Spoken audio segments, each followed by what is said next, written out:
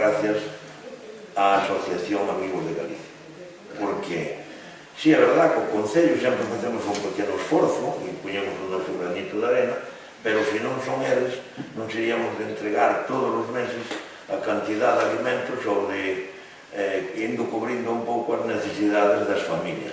Hoy tocalles a unhas, mañá tocalles a outras, según vai avanzando.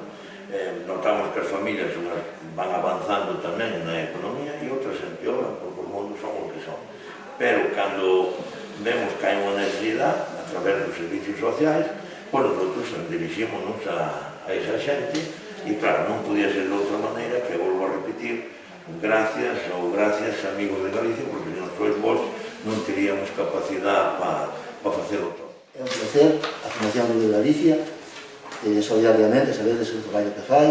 Estamos encantados de estar no Concello de Pol, aquí con un gran alcalde que sempre no tema solidario, sempre estuvo coa Fundación e está co menos necesitado do pueblo.